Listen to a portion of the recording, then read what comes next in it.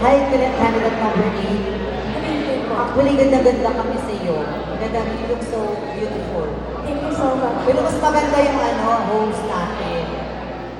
Okay, ko yung katanong ko sa'yo. Relax ka lang.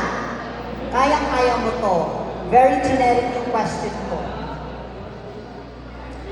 Sa kabila ng pagtaas ng kaso sa 197 na binigyang diin ng DOH na ang HIV ay hindi na death sentence dahil sa modernong gamutan gaya ng ART, paano mo hihikayatin ang iyong mga kabataan na magpa-test at harapin ang katotohanan sa gitna ng matinding stigma o panghusga ng lipunan?